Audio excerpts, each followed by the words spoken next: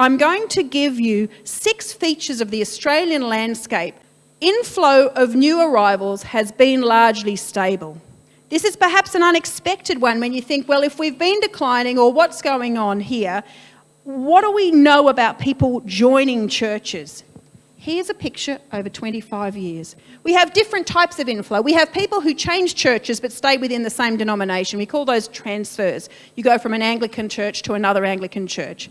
That's transfers. That's the green line, and you can see the picture of the green line. 1996 here I've got to 2016. Switches are people who change denominations, and that's the blue line, which is relatively stable as well over time.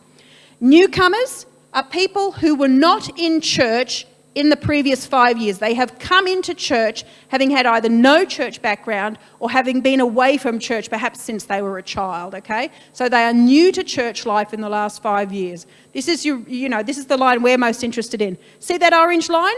Fairly flat over the time period. The inflow into church life and the movement around churches is fairly stable.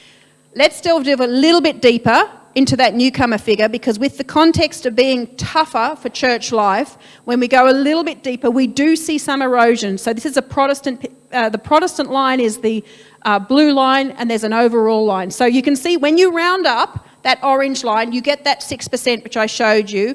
But once you go to 1 decimal point, and once you have a look, you can see there is some erosion. So for those of you who go, it doesn't make sense to me that we're still getting the same inflow of newcomers, there's a story there to be aware of. It is getting tougher, but I still want to give a basic, at the high level, the story is that inflow into churches is stable. People are still trying churches, is my top message for you today.